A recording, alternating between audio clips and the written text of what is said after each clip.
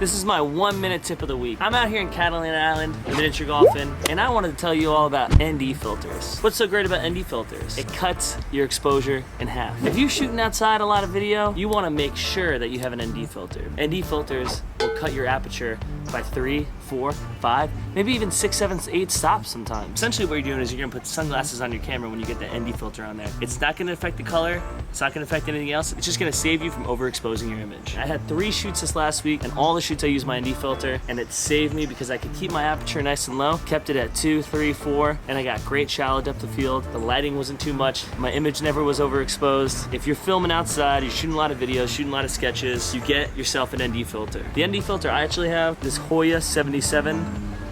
It's great. Honestly, it's been fantastic for my camera. Let me show you a quick example of what I'm talking about. The settings on the camera right now, 100 shutter speed, 2.8 aperture, and 800 ISO. Now this is without the ND filter. Didn't change any settings, didn't adjust anything. Still have 100 shutter speed, 2.8 aperture, and 800 ISO. This is what I'm talking about. If you don't have this ND filter, you gotta get one. Check out Hoya, check out some other brands. So make sure if you're gonna shoot this week, shooting outside, shooting any video, get yourself an ND filter, and I promise you, you'll be happy about it. Hey, oh, we're up. All right, later guys.